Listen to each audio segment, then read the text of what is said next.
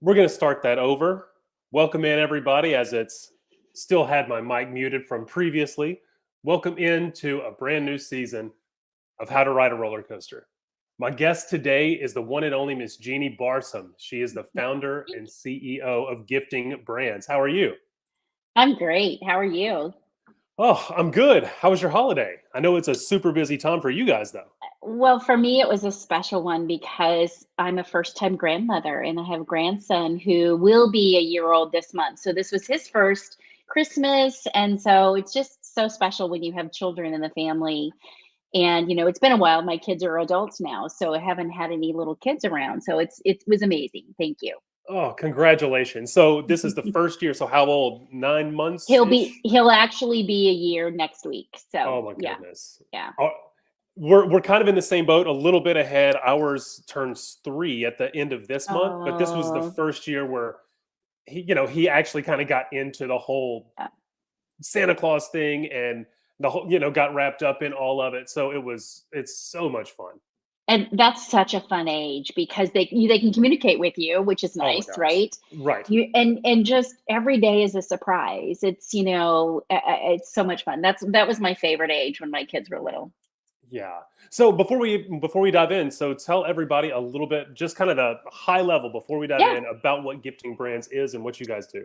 Sure. So Gifting Brands is actually the first nonprofit retail e-commerce website where 100% of our proceeds go back to charity. And what's different about us is that because of my background, I was an executive in retail for many large companies like Gap Inc. with Old Navy, Talbot's, Zales, Target Corp, and so on. We work with brands to donate inventory. And by doing this donation, then all the profits from the sales that we do on our website go back to the charities.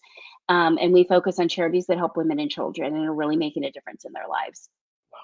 And where did that come from? Kind of So, going back, yeah, what provided that spark? And I mean, I've read all about it no, on your that's, about page, and thank goodness I've gotten to meet you and talk with you. And yes. we kind of go back a bit and gotten to hear your story firsthand, which is fantastic. But yeah, Yeah. go into that a little bit more. So, when I was an executive at Zales, my team was in charge of all the merchandise planning allocations. So, we had 1,000 stores between US and Canada. And we got bought by Signet Corp, which owns Kay and Jared. So we became the largest jewelry company in the world, actually. I think a private jewelry company. And what happened was during this process, we were able to clean up our stores and we decided that we wanted to take out some of our older jewelry, and jewelry never goes bad, as you Yeah. know, obviously diamonds and rubies and gemstones. But we were able to clean up our stores and we ended up with about $1 million of excess jewelry. Wow. And I started researching to see if there were companies that we could donate, or nonprofits that we could donate it to, because they get a cash, the company would get a donation by donating the jewelry. And my thought back then was cash for cars was really big, where you could donate your car. You could then, when it was sold, you could pick a charity that you wanted that donation to go to. And I thought there's got to be something out there for luxury or more expensive jewelry. Yeah. And there was nothing out there. So fast forward, I retire from retail at a younger age, and decided that it's time to give back. I was blessed with a great career, and I started volunteering at different nonprofits and realized how hard it is for nonprofits to raise money. Yeah. And one of the statistics is 30% of the nonprofits' income that they raise comes in the last 3 weeks of the year Oh because it's wow. tax season. Sure. And so they never know whether or not they're going to have enough money to support their mission. And so, thinking about my past and what I love to do, which is retail, I was able to get some amazing brands on board because of all my connections in the retail industry. And now we've got brands that want, to donate to us because they love our mission. And so they donate the inventory and we sell it on our website. We also do pop-up shows at different special events and charity events. And we're now on a program called Market.live, which I was just on the show prior to getting on with you, Busy where we evening. go live. Yeah, it's a really fun marketplace. It's called Market.live, where we go live every Tuesday. It's called Giving Tuesday Live. And then we'll interview a brand and a charity. And then we'll have different brands that we focus on. And then all the profits that we make from those sales that night go to that charity. And so you get to hear from the CEOs and founders of different charities, and they get to talk about their mission. And so you know where the money's going and the impact that it's making on the lives of women and children. Have you always wanted to kind of do the entrepreneurial thing? I mean, I know that you were No, executive for a no. while, so was it a complete shift? Complete shift. Yeah, it was a Yeah. complete shift. So I've been in retail and an executive for almost 20 years. And I never thought that I would start my own business. It was not even on my radar. But when I retired from retail, one of my hobbies was actually making and designing jewelry. And I'd been doing that even when I was at Zales. And, I worked for a company that did that. I designed jewelry on the side, and I would just give it away to all my friends and family. And so I actually started one of the brands that's on our website called Christy Jean. So that was my first entry into becoming an entrepreneur, Wow. but it was a for profit. But I wanted to do it.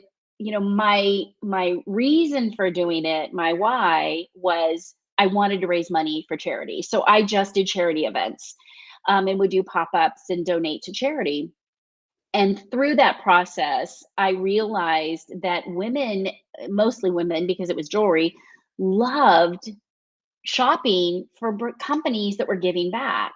So then I brought in some of my friends in the industry who are executives in retail and said, "Hey, I have this idea about, at the time we hadn't even named the company, but I had this idea going back to what happened at Zales, and said, there are so many companies out there that have excess inventory. And a couple of years ago when we started, there were big news reports about luxury brands burning their inventory, putting it in landfills, because they don't want to sell that inventory at the end of the season because they have new inventory coming in and it competes against the same inventory that might be just a slightly different style or color.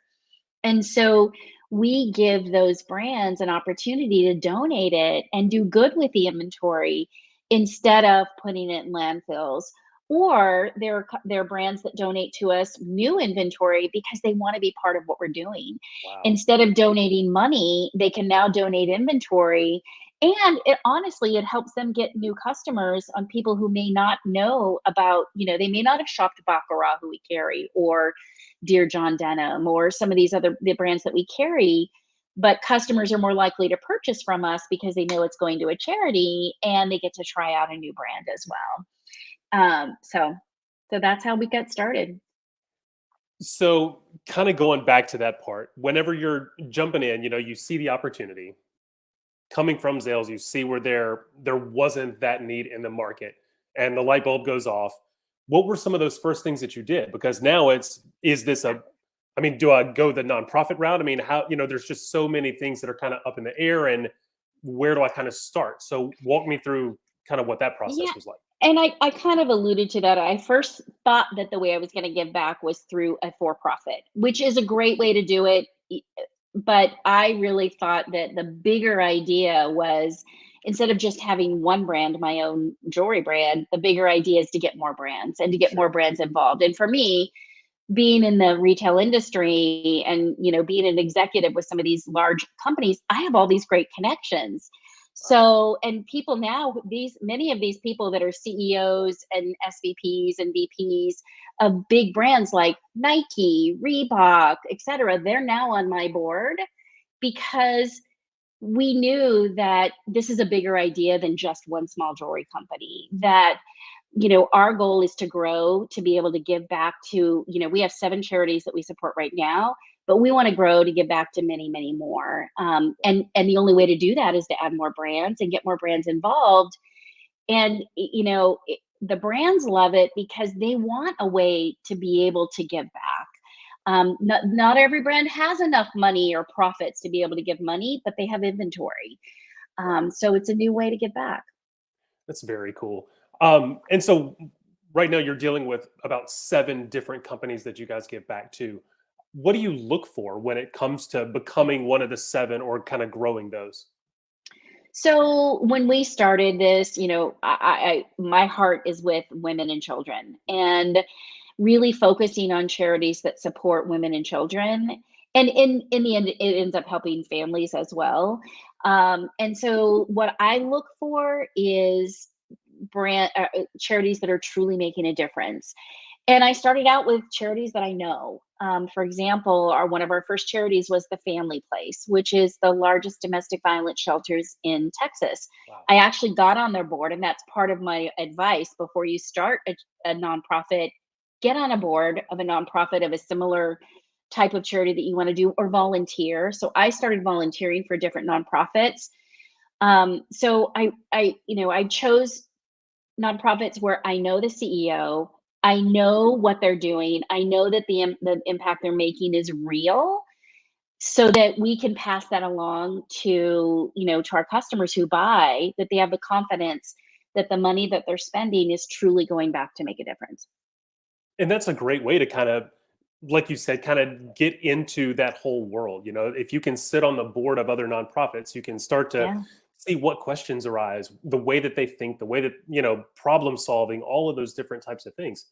Um, if there's somebody else out there who's thinking about starting the nonprofit or wants to, kind of get into that kind of thing outside of looking to jump in with another nonprofit and maybe become a board member or to kind of go that way, is there anything else that you might would recommend, any other way of Yeah. just gaining that knowledge that's so detailed and so intricate?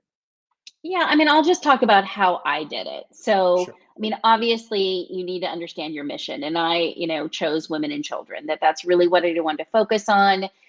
We want to help women get ahead and get equal pay, get great jobs, but children especially. There's so many kids in need, and so that was our mission. And my why is, I believe that God gives us talents that we can all use, small or big. And every one of us can make a difference in a small or large way. And that is my why. I want to be able to give back and make a difference in the world and have purpose and meaning in life. So know your why, know your mission. As I mentioned, volunteer for a charity or get on a board if you can, because you really need to understand. Now, if you've been on a corporate board, it's very similar, so that's okay. But if you haven't been on a board before, or especially if you're going to run your own, you have to run that board. So if you're starting this charity, you have to have board members, and then to do that is you've got to find great board members, and you really have to sit down and think about, all right, what are your talents? What are you good at? What are you not good at? And where do you need help? And then think about, all right, who in my network, or what type of people would I want on my board that can fill those gaps so that you're not doing everything. You really want to bring in people. Let's say, for example, I'm not a marketer. I was a merchant. I was on the finance side. Marketing was not my core. So I made sure that I had board members that are in marketing. I made sure I had board members that were CFOs, that were in finance, to be able to run the finance part of it. So you really have to surround yourself with people smarter than you in areas that you're not expected to know everything. That's why you have a board, and that's what a board is for. And that was a And then, fantastic take of being able to find the board members that can fit your gaps. Because a lot of times I think we look for those that can also kind of help us maybe elevate our own strengths. If I'm a good marketer, or if I'm good in sales, maybe I need somebody that can help elevate that part as opposed to exactly. looking for the gaps and build. So that was really nice. So keep going. Well, Sorry. and within no, that's fine. Within the board members, it's important also to make sure they have the same why as you. They have the same purpose, that the whatever you decide your mission is, that they support that mission and really have a desire to be involved in that. And it's really important to make sure they have the talents that you need. The other thing that I think is really important is there's so many, back when I first started, because you have to get approved from the IRS to have a 501(c)(3). So not only do you have to have your board already picked, you have to have your mission, your why. You need to do your research on the same type of charity. So for me, when I started doing my research on what we're doing, there was nothing out there like us. So I had to go to the next best thing, which is thrift stores.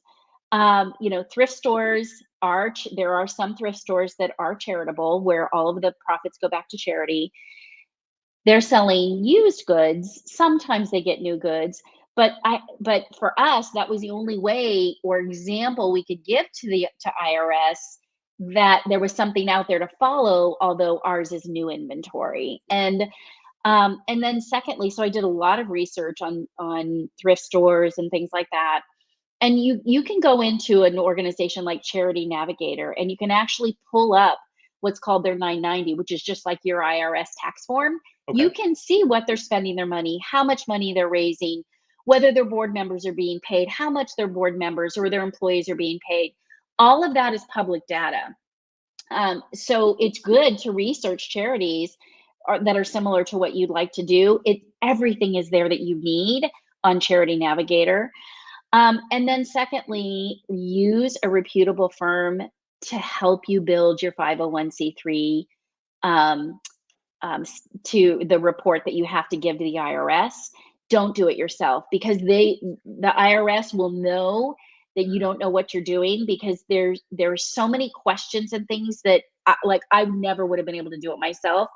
But there are reputable companies out there for $500 to $1,000. They'll do it for you, get all the paperwork that you need, and get you set up and with everything you need for the board or for the IRS to say yes. And sometimes it can take up to a year to get their approval. But if you use a good company, like I got mine within 3 months. Wow.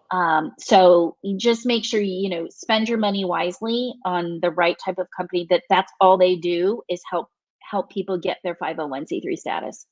So find somebody that can really focus in on that when it comes to getting all the paperwork and all the legality set. Okay. Exactly. And there are companies out there, I recommend a bigger company that's what they do, but find the Yeah. one that's a great price. And do your homework. It's worth it, because you don't want to then submit your 501(c)(3 and then you might waste 7 months waiting to get it approved Yeah. when you might have used the wrong company. So just, make sure that you're using the right company. Yeah. That's great feedback, because I think that, like you said, that's something that people that haven't maybe gone through that stumbling block and had to wait the 7 months, they just wouldn't know. You would just think that that's kind of Exactly. business as usual, and that you're doing the kind of going down the right path. Yeah, and you start with those companies in the beginning when you're first thinking about it. Start the conversation with them, because they will help you Mm, with all of the things that you need, so that as you're building it, you're not having to do it alone. yeah. Can't echo that more. I mean, whether it's entrepreneurship, for profit, nonprofit, I mean, I think that's just one of the biggest takeaways is not doing it alone. And there are so many. I mean, now back when we first started, we got our 501s. We submitted it in 2018, got it approved, and started working on our website in 2019. And then the pandemic hit. Ah, Another whole story. But now there are so many great podcasts out there for nonprofits, and I'm just going to throw one out. It's called "We Are for Good" podcast. It's amazing. They interview people that are in nonprofits and a lot of how-tos. They also have trainings on how to market to a nonprofit, how to get your 501(c)(3) status, all that kind of stuff. So it's really great. we are I for wish good. I would have had that 3 years ago, but I think they just completed their first year. Wow.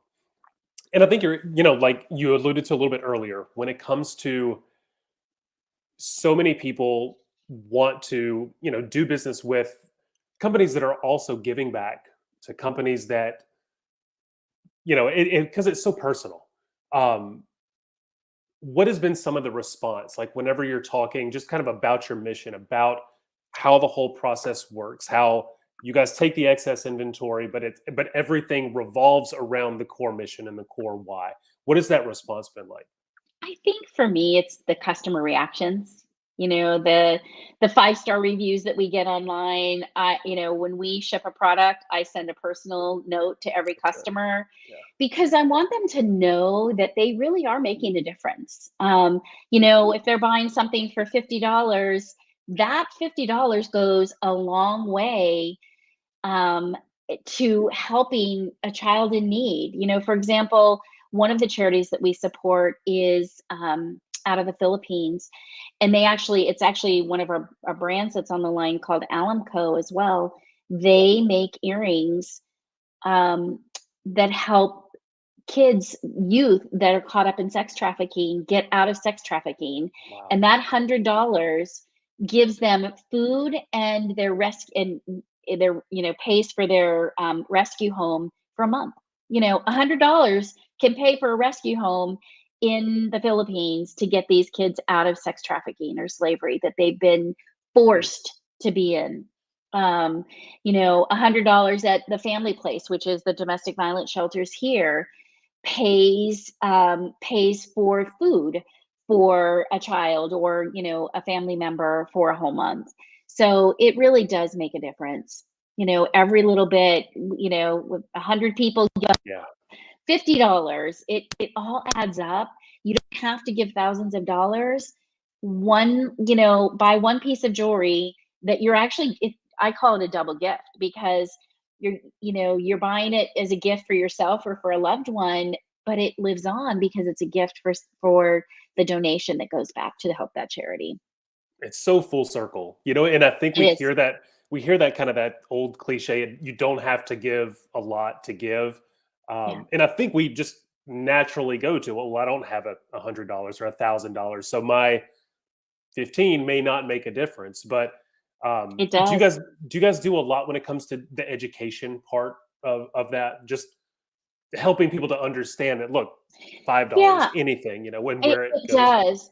Yeah, and I think, being at live and talking with the consumers makes a difference, and we're finding, like, for example, Market.live that we've done 11 shows now. We just started doing it last year. They're a newer platform as well, but the customers can react. They can, just like this, people can chat with us. Um, Yeah. we bring on the founders or the CEOs of the charities, and they get to talk about what their mission is doing. And they talk about what $50 does, what $100 does, what $15 does to make a Awesome. difference. And I think it gives people confidence, not only in the charity itself, but Sure. in purchasing a gift. You could go buy a gift from anywhere. You can buy a pair of earrings from any website, but when you buy from us, it all goes back to charity. So it just, it makes a difference, and it makes you feel good. If you're giving it as a gift, like Valentine's Day is coming up. I mean, think about it. If you were to open a gift and you knew that that gift not only was something special that someone picked out for you, but it also benefits a nonprofit or a person in need, it's just amazing. It makes you feel so much better about how you're spending your money. Yeah. So what's next for you guys? I mean, what where do you see gifting brands going this year and forward? Yeah, I mean, for us, really focusing on, a big part of the money and how we've been able to raise funds has been pop-up events. Okay. So I'm actually involved in women in retail leadership. So leaders of big retail companies, for example, I don't need to name all, but like, Macy's and Nordstrom and Neiman's and Forever 21, all of these women are my friends now because I'm involved in women in retail. They chose us as their charity partner last year, and I was able to go to all of their events, and we did pop-up shows. So we were able to not only showcase what we're doing and get more brands to donate, but we were able to raise money for the charities that we supported. Wow. So we've been doing the pop-ups, and what's next for us now is really growing our online business. Um, the one thing about jewelry, especially, and right now most of what we have is jewelry. We do have some apparel. Is people like to touch and feel it, And Yeah. so doing these market.live shows, now you get to see it. I get to talk about the product so they can actually touch and feel it. And I think that's really the next growth category for us. But what's more important is we get to talk, as I said, we get to talk to the founders or CEOs of those charities, so they can really tell the story. And so you can get to know that charity. And on your own, if you want to go then donate to them, that's, for me, it's not just about selling the product, it's about giving you access to charities that are truly making a difference so that you can make an informed decision about where you want to donate your money. And that's great, I mean, because I think that there's so many places that your money could go. So Yeah. just also having that education and that one-on-one where you can learn more about who they are, learn more about their core values, their why, what they stand for, and then make those decisions. And like you said, I mean, if you can get amazing, you know, quality products like Product. they can through you, and then also have that whole full circle part, why not? Exactly. Exactly. Well, this has been fantastic. Is there anything? Are there any other anything else you want to talk about? The floor is yours for however long you want it. If there's any other place we can send people to gifting brands, it will all be linked in the description. Anything else that you want to talk about? Yeah, I just think for me, I just a little bit about my background. Yeah. I was a working mom. My husband was a stay-at-home dad. So I was the one, that was trying to climb the corporate ladder back when women weren't really executives. And so I spent so much time in my 30s, 40s, and 50s, believe it or not, trying to climb the corporate ladder. And I didn't spend time volunteering at charities and doing charitable things. Yes, I donated money, but there's something special about being involved in a charity, Yeah. volunteering, and seeing the impact that you can make. And for me, I didn't have that purpose. And in my 50s is when I really realized it's like I need to find something to where I can feel like I'm making a difference. And so whether you don't have to go start a charity like me. You do not have to do that.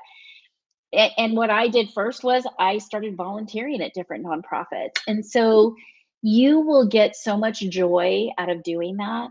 And even if it's only 5 hours a month or 1 hour a month, or take advantage. I'm just throwing out Bank of America just because I did was with them at an event. Bank of America gives, I don't remember the exact number, but they allow their employees, they want them to volunteer at charity events or get involved in charities. And I believe they give them one full day a month, something like that. So I'm sure that, many companies have that. Take advantage of it. You will be blessed by giving back, and you will feel much more fulfilled in your life. Yeah, and I couldn't agree more. I mean, like I've worked at places before and currently do work at one that is really, really focused on that.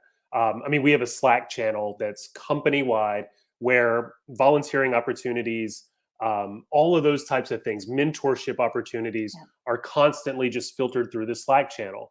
And that's like you great. said, it just opens awareness. So things that I hadn't heard of before or other people hadn't heard of before, now you get to again kind of find out their why. How can I help? How can I get involved? Yeah, And yeah.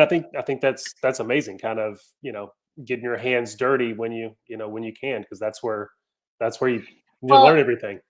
if we all did it, it'll make the world a better place. No matter how small or large of an impact that you make, you do make an impact when you volunteer. Couldn't agree more. Well, thank you so much. This You're was a welcome. pleasure, and I can't wait to keep up with all the amazing things that you guys are doing. Thank you. I appreciate it. Take All right, care and you Happy too. New Year. You too. Have a good one. Thanks. You Bye. too. Bye.